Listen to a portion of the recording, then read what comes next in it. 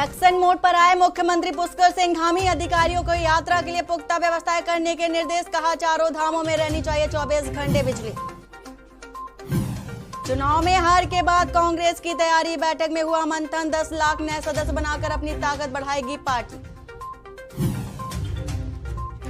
Yamunotri highway पर आवाजाही 12 अप्रैल तक बंद। अनियंत्रित पहाड़ कटान से बड़ा खतरा। 4 धाम यात्रा की राह में नया डेंजर जोन विकसित। उत्तराखंड के चारों धामों में गर्मी का सितम। बद्रीनाथ धाम को हो चुका बर्फ विहीन। केदारनाथ परिसर से भी गायब हुई बर्फ। उत्तराखंड में कोरोना को लेकर स्वास्थ्य सचिव ने सभी जिलों के डीएम व सीएमओ को एडवाइजरी जारी की। संक्रमित व्यक्ति का सैंपल जीनोम सीक्वेंसिंग भेजने के निर्देश। आज से शुरू हुई नवरात्रि पर्व। कोरोना का हटा पैरा। आज घर घर विराजिमान। देश के हर घर और बाजारों में उत्सव की धूम। आप देख रहे हैं के न्यूज, खबरों का सारथी।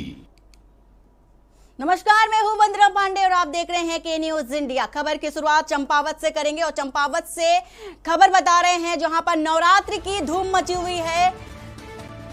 नवरात्र के पहले दिन मंदिरों में श्रद्धालुओं का तांता लगा है। चंपावत से आपको खबर बता रहे हैं और लाखों संख्या में श्रद्धालुओं ने मां के दर्शन किए हैं। इसके साथ ही सीएम धामी ने भी पूर्णागिरि मंदिर में माता के दर्शन किए हैं। सीएम धामी ने देशवासियों को नवरात्र पर्व की शुभकामनाएं भी दी हैं।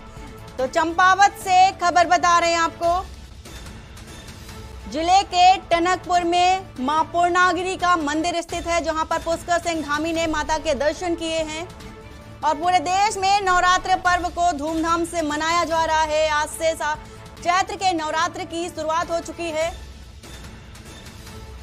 तो देश भर में आज नवरात्र की धूम है। सभी जगह मंदिरों में श्रद्धालुओं की भीड़ लगी हुई है। माता के दर्शन करने श्रद्धालु पहुंच रहे हैं। तस्वीरों के माध्यम से आप साफ तौर पर देख सकते हैं कि माता के दर्शन करने के लिए चंपावत में लोगों की, श्रद्धालुओं की भीड़ लगी हुई है। नारियल फोड़कर माता के दर्शन कर रहे हैं। नारियल और इसके साथ ही अन्य पूजा सामग्री चढ़ाकर माता को मनाने की कोशिश की जा रही है श्रद्धालुओं की ओर से। तो ये चंपावत की तस्वीरें आपको दिखा रहे हैं। इसके साथ ही पुष्कर सिंह धामी ने भी माता पूर्णागिरि के दर्शन किए हैं और माता का आशीर्वाद लिया है और इसके साथ ही सभी को शुभकामनाएं दी हैं। पूरे देशवासियों को, पूरे उत्तराखंड वासियों को माता रानी के आशीर्वाद लेकर देशवासियों को शुभकामनाएं दी हैं। और आज से नवरात्रि का पहला दिन है और आज से शुरुआत हो रही है चैत्र नवरात्रि की। लाखों संख्या में श्रद्धालु माता के दर्शन करने के लिए मंदिर पहुंच रहे हैं। तस्वीरों के माध्यम से आप साफ तौर पर देख सकते हैं कि पुष्कर सिंह धामी माता पूर्णागिरि मंदिर में दर्शन करने पहुंचे और माता का आशीर्वाद भी लिया। तो आज देश भर में चैत्र नवरात्रि की धूम है और माता के दर्शन करने के लिए श्रद्धालु पहुंच रहे हैं।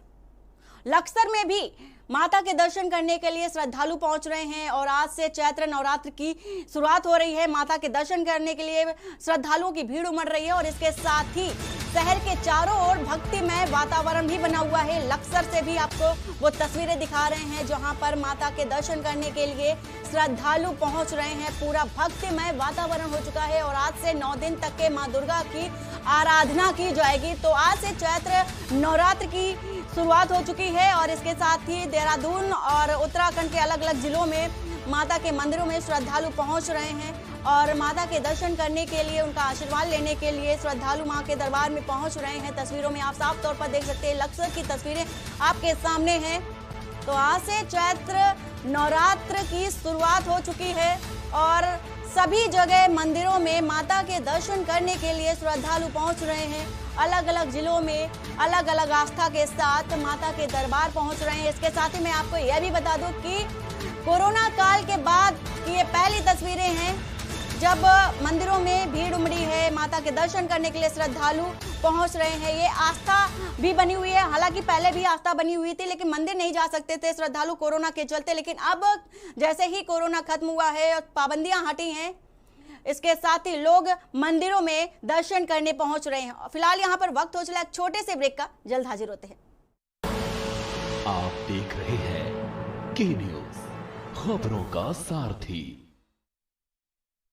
पर ये दिल है कि चख रहा है उन्हीं अल्फाजों का नूर नूर और नूर नूर दूर कितना भी जाओ, इस जुबान से दूर ना जा पाओगे। विमल, बोलो जुबान केसरी। सोचिए मत, मेरी और पूरे हिंदुस्तान की तरह आप भी समर कूलर और होम अप्लायंसेस लीजिए और बेफिक्र हो जाएगी। आप देख रहे हैं के न्यूज, खबरों का सारथी। ब्रेक के बाद आपका स्वागत है और देहरादून से खबर आ रही है। सीएम धामी ने जाहिर की इच्छा। देहरादून से आपको खबर बता रहे हैं, चंपावत से उपचुनाव लड़ने की इच्छा जाहिर की है पुष्कर सिंह धामी ने और पार्टी हाईकमान के सामने प्रस्ताव भी रखे हैं। तो पुष्कर सिंह धामी ने चंपावत से उपचुनाव लड़ने की इच्छा जाहिर की है। कैलाश गहतोड़ी ने धामी से उपचुनाव लड़ने की पेशकश भी की थी। सीएम धामी ने अपनी इच्छा जाहिर की और इसके साथ ही चंपावत से उपचुनाव लड़ने की इच्छा है पुष्कर सिंह धामी की। पार्टी हाईकमान के सामने प्रस्ताव भी रखेंगे।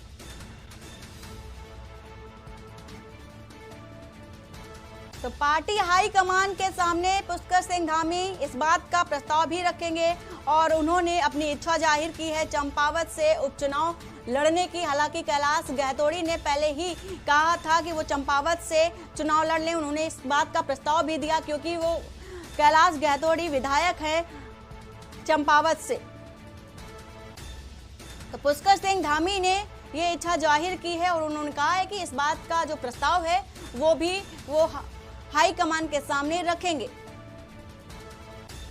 और इसी खबर को लेकर हमारे साथ संवाददाता हिना आजमी जुड़ी हुई हैं। हिना, पुष्कर सिंह धामी ने इच्छा जाहिर की है कि वो चंपावत से उपचुनाव लड़ेंगे।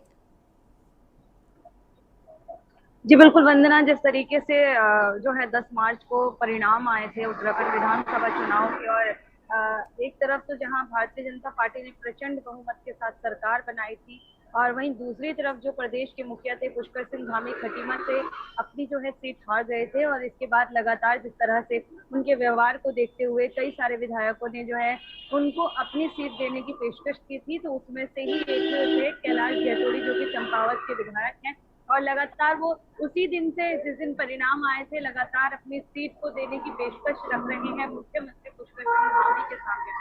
वहीं कल जब वह जो है मुख्यमंत्री पुष्कर सिंह धामी दोबारा से मुखिया बनने के बाद कल वह कुमाऊं गए और कुमाऊं में जो है बनबसा एक मिनी स्टेडियम है, वहां पर जो है एक कार्यक्रम चल रहा था जिसमें दोनों ही मौजूद थे। जो विधायक है कैलाश गहतोड़ी और मुख्यमंत्री पुष्कर सिंह धामी। एक जनसभा के दौरान जो है यहाँ पर मुख्यमंत्री पुष्कर सिंह धामी ने अपनी इच्छा जाहिर की है कि हाँ, अगर जो है मैं हाईकमान के सामने हम लोग जो है बात रखेंगे, चंपावत सीट से ही चुनाव लड़ना चाहते हैं। वो साफ तौर पर यहाँ पर दिख रहा था जिस तरह से कैलाश गहतोड़ी ने अपने संबोधन में कहा कि हाँ, मुख्यमंत्री पुष्कर सिंह धामी को जो है मेरी सीट से चुनाव लड़ना चाहिए और उनकी बात रखते हुए और उनका आभार व्यक्त करते हुए मुख्यमंत्री पुष्कर सिंह धामी ने कैलाश गहतोड़ी की बात मानते हुए कहा है कि हाँ, चंपावत सीट को लेकर जो है वो हाईकमान से चर्चा करेंगे, उनके सामने अपनी बात रखेंगे। अगर हाईकमान का फैसला होगा तो उपचुनाव वह यहीं से लड़ेंगे। जैसे कि हमें पता ही है कि प्रदेश के मुखिया होने के बाद जो है चुनाव 6 महीने के भीतर होना चाहिए। तो जैसे में डीडी हॉट से उनको जो मुख्यमंत्री पुष्कर सिंह धामी हैं उन्हें बिशन सिंह चौपाल अपनी सीट देने की बात कर रहे थे, लेकिन जब कैबिनेट मंत्री बनाए गए और बिशन सिंह चौपाल को कोई भी जो है इसमें कोई भी विभाग नहीं दिया गया और कैबिनेट मंत्री इस बार नहीं बनाया गया उन्हें, तो इस बार वह काफी ज्यादा नाराज दिखे और उन्होंने साफ इनकार कर दिया कि वो डीडी हाट की सीट नहीं छोड़ेंगे। तो हो सकता है कि आने वाले वक्त में ये जो 6 महीने का समय है मुख्यमंत्री पुष्कर सिंह धामी के पास, भाजपा हाईकमान शायद चंपावत से ही उनको चुनावी मैदान में उतारे। जी हिना, जिस तरह से कैलाश गहतोड़ी ने कहा है, एक प्रस्ताव रखा है सीएम पुष्कर सिंह धामी को कि वो चंपावत से उपचुनाव लड़े, तो क्या कैलाश को और कोई सीट पर चुनाव लड़ेंगे या फिर उन्हें कोई और सीट मिलेगी, क्योंकि वो वहां पर अभी चंपावत में विधायक हैं?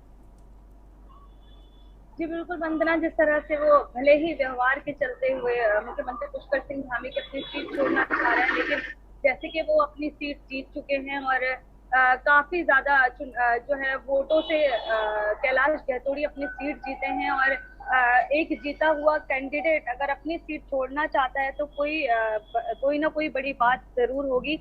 हालांकि यहाँ पर मुख्यमंत्री पुष्कर सिंह धामी के व्यवहार को देखते हुए वह देना चाह रहे हैं, लेकिन भाजपा हाईकमान जो है उसके बदले जो है अगर वो सीट छोड़ते हैं अपनी तो कहीं ना कहीं उन्हें कहीं और जगह दे सकता है। जी हिना, जिस तरह से पुष्कर सिंह धामी ने ये प्रस्ताव रखने की भी बात कही है, तो क्या भाजपा की ओर से किसी हाईकमान की ओर से ऐसा कुछ इंडिकेट सिंह धामी को कि वो वहां से चंपावत से ही उपचुनाव लड़ेंगे? वंदना, अभी तक ऐसा कोई स्पष्टीकरण नहीं हो पाया है भाजपा हाईकमान की तरफ से, क्योंकि जिस तरीके से प्रदेश की मुखिया के ऊपर जो मंथन किया गया, हालांकि 10 मार्च को जो है परिणाम आ चुके थे विधानसभा चुनाव के, लेकिन अगर भाजपा हाईकमान चाहता तो जो विधायक है उन्हीं में से किसी मुख्यमंत्री के रूप में किसी को भी जो है कमान दे देता, लेकिन ऐसा नहीं किया भारतीय जनता पार्टी ने। जिस तरह से उन पर आरोप लगते आए हैं कि एक कार्यकाल में जो है उन्हें मुख्यमंत्री बदलने की जरूरत क्यों पड़ती है, 3 मुख्यमंत्री उन्होंने पिछले कार्यकाल में बदले, तो इस बार जो है सोच समझकर जो है भाजपा हाईकमान फैसला ले रहा था और मुख्यमंत्री पुष्कर सिंह धामी को दोबारा से कमान सौंपने तक जो लगातार जो है मंथन कर रहा था, कई सारी बैठकें की गई। तो ऐसे में जैसे कि अब मुख्यमंत्री पुष्कर सिंह धामी एक सीट से हारे हुए हैं और दूसरी सीट उनके लिए देखभाल कर विचार मंथन कर जो है चुननी पड़ेगी, ताकि जो है रिजल्ट वही आए जैसा भाजपा हाईकमान चाहता है और जो मुख्यमंत्री पुष्कर सिंह धामी है वह जीत सके। जी भले ही पुष्कर सिंह धामी अपने खटीमा क्षेत्र से सफल ना हो सके हों हिना, लेकिन कम समय बचा है उपचुनाव का भी, तो कितना दिन और लगेगा, कितना समय लगेगा ये जो असमंजसता की स्थिति है स्पष्ट हो पाने में? जी बिल्कुल वंदना, जैसे कि मैंने आपको कहा कि एक प्रदेश को मुखिया के रूप में जैसे मुख्यमंत्री पुष्कर सिंह धामी मिले हैं, तो ऐसे में उनके लिए सोच समझकर फैसला लेना होगा, क्योंकि कहीं ना कहीं ये भी माना जा रहा है जिस तरह से 2 बार चुनाव जीते थे मुख्यमंत्री पुष्कर सिंह धामी खटीमा सीट से, हालांकि इस बार मुख्यमंत्री के रूप में काफी ज्यादा लोकप्रियता हासिल की है उन्होंने प्रदेश में, तो इस बार तो और अच्छे परिणाम आने चाहिए थे, लेकिन ऐसा नहीं हुआ, वे हार गए अपनी सीट। कहीं ना कहीं दूसरी ओर ये भी माना जा रहा है कि उनके साथ जो है भीतरघात हुआ है, क्योंकि ये माना जा रहा है कि 2 बार के विधायक को प्रदेश की जो है कमान सौंप दी गई और कई सारे बड़े ऐसे नेता हैं जो कई बार जीत रखे हैं और कई सारा सालों का अनुभव है, उनको जो है प्रदेश की कमान नहीं सौंपी गई। तो हो सकता है, ऐसा माना जा रहा है कि कहीं ना कहीं उनके साथ भीतरघात हुआ है और इस बार भीतरघात उनके साथ ना हो और पूरी तरह से तैयारी करें। इसीलिए भाजपा हाईकमान को जो है सोच समझकर और पूरी तैयारियों के साथ जो है उनके लिए सीट का चुनाव करना होगा और उसी सीट पर उनको चुनाव जो है लड़वाना होगा, उपचुनाव।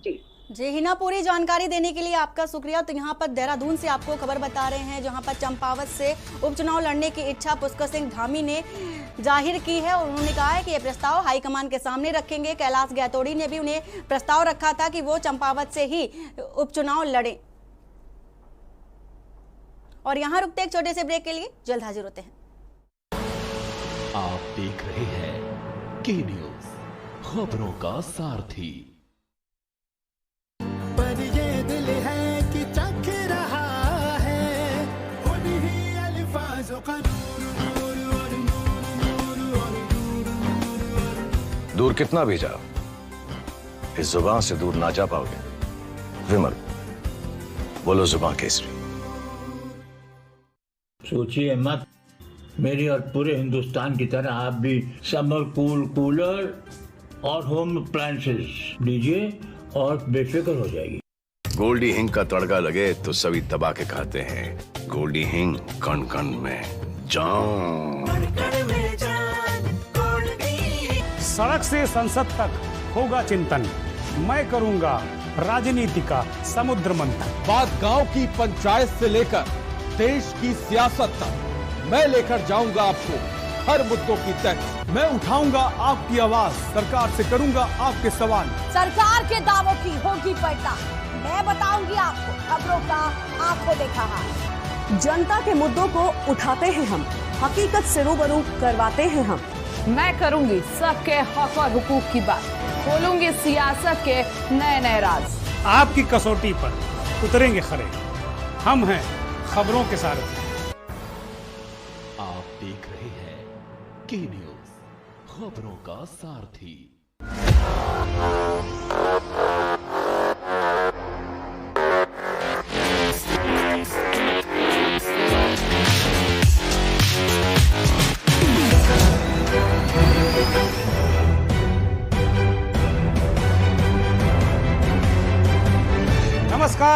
अभिवादन आपका, मैं दुर्गेंद्र चौहान हूँ।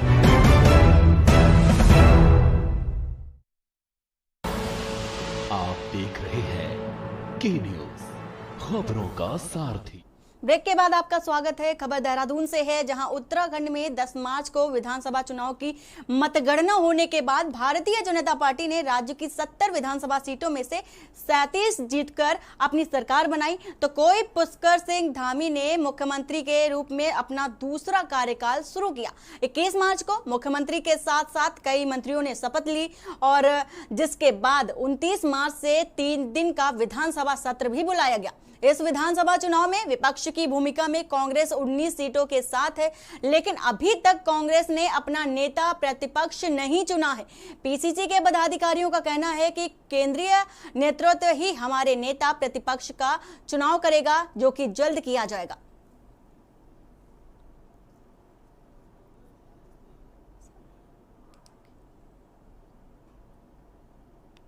अभी हाईकमान के स्तर पर निर्णय पेंडिंग है। तमाम अन्य प्रदेशों में भी इसका निर्णय होना था। कुछ प्रदेशों में नेता प्रतिपक्ष और प्रदेश अध्यक्ष की नियुक्ति हुई है। हम उम्मीद करते हैं कि आज शाम या कल तक केंद्र का हमारा केंद्रीय नेतृत्व इसमें कोई न कोई निर्णय जरूर लेगा।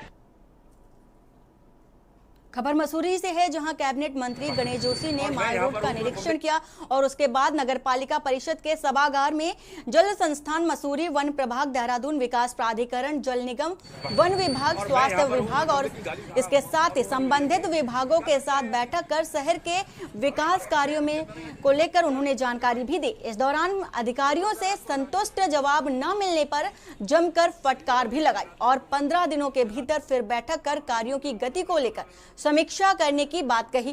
कैबिनेट मंत्री गणेश जोशी ने माल रोड का भी निरीक्षण किया और पेयजल निगम को सीजन से पहले सभी व्यवस्थाएं दुरुस्त करने के साथ ही डामरीकरण को लेकर निर्देश भी दिए। और मैं यहाँ पर हूँ, मैं पब्लिक की गाली खा रहा हूँ आप लोगों की वजह से। क्या तरीका है यार ये? इसको करा जाए ताकि जो बसेस यहाँ पे आके बॉटल नेक में फंस जाती थी, उससे जाम से राहत मिलेगा। और भी बहुत सारे सजेशंस माल रोड को ट्रैफिक को लेके सख्ताई, किस तरह से इसमें सख्ताई की जाए ताकि जो ट्रैफिक व्यवस्था का सुधार हो सके। नए पुलिस कर्मचारी जो पुलिस वाले हैं उनको और उनकी संख्या बढ़ाने की यहाँ पे मांग की गई है।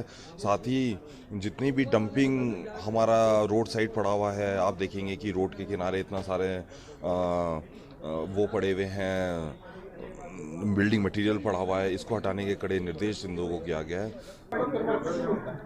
आज मैंने सभी विभागों के मुख्य अधिकारियों को यहाँ पर बुलाया था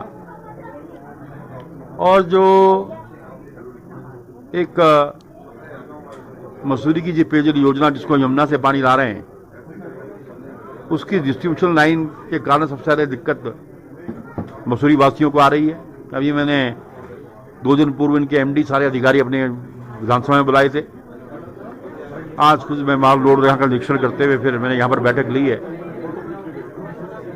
हमने इनसे कहा है कि पर्यटक सीजन चल रहा है, फिलहाल आप उसमें सड़कों का काम करा दीजिएगा, क्योंकि कोई भी सड़क खुदने के बाद नीचे बैठती है और बरसात के बाद जब हम दोबारा उसको प्रॉपर वे में पूरी सड़क को दोबारा खोद कर हम बनवाएंगे, क्योंकि माल रोड मसूरी का एक तरह से मैं हार्ड कह सकता हूँ। खबर रानीखेत से है, जहां प्रदेश में विभागों के बंटवारे के बाद सभी मंत्री अपने अपने विभागों की बैठक लेने में लगे हुए हैं, तो वहीं सभी विधायक भी अपने विधानसभा क्षेत्र में पहुंच चुके हैं। इसी क्रम में रानीखेत से विधायक डॉक्टर प्रमोद नैनवाल ने अपने घर पर जनसभाएं सुनी और प्रातः से ग्रामीण जनता बिजली, पानी, सड़क और पेंशन संबंधित समस्याएं लेकर विधायक के पास पहुंची। विधायक ने समस्याओं के समाधान के लिए फोन पर अधिकारियों से वार्ता की और समस्याओं के समाधान के लिए कहा भी। डॉक्टर प्रमोद नैनवाल ने ग्रामीणों की कुछ समस्याओं का मौके पर ही निस्तारण भी किया।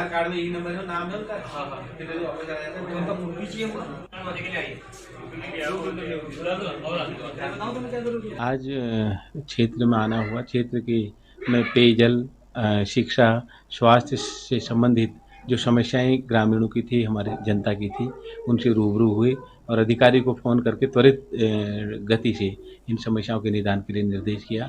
और मैं पूर्ण विश्वास दिलाता हूं क्षेत्र की जनता को कि उनकी जो भी समस्याएं होंगी उसके समाधान के लिए पूरी ताकत से मैं प्रयास करूंगा। खबर उत्तरकाशी से है, जहां राजेंद्र सिंह रावत राजकीय महाविद्यालय बड़कोट उत्तरकाशी के ग्राम कुरसेल में आयोजित राष्ट्रीय सेवा योजना का 7 दिवसीय विशेष शिविर रंगारंग सांस्कृतिक NSS शिविर का समापन किया गया।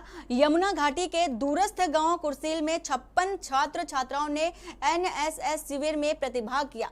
शिविर में समूह की महत्ता के बारे में भी उपस्थित छात्रों और ग्रामीणों को जानकारी दी गई। 7 दिवसीय शिविर में ग्रामीणों और कॉलेज के छात्र छात्राओं को वोकल फॉर लोकल आधारित जानकारियां भी उपलब्ध कराई गई।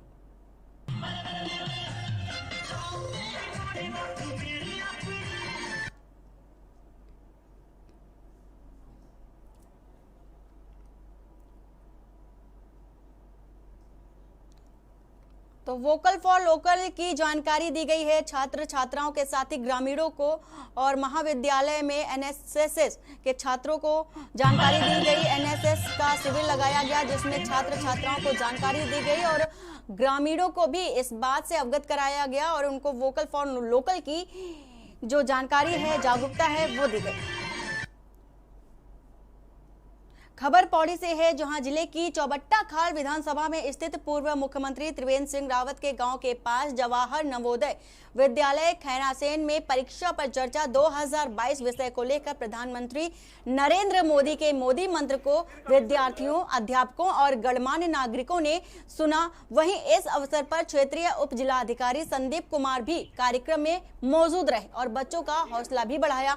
विद्यालय द्वारा सभी विद्यार्थियों के लिए कार्यक्रम के सीधे प्रसारण की व्यवस्था भी की गई। प्रसारण के माध्यम से छात्र छात्राओं ने प्रधानमंत्री नरेंद्र मोदी के विचारों को सुना।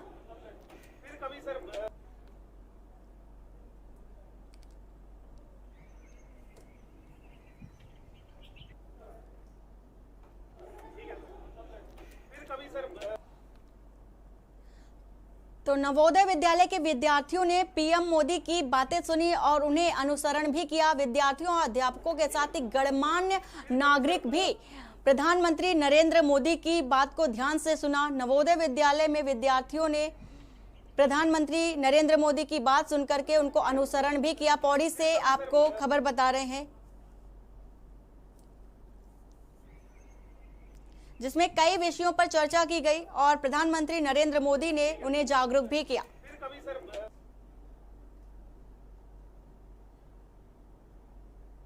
बुलेटिन फिलहाल इतना ही। बाकी की खबरों के लिए बने रहिए आप के न्यूज इंडिया के साथ। नमस्कार।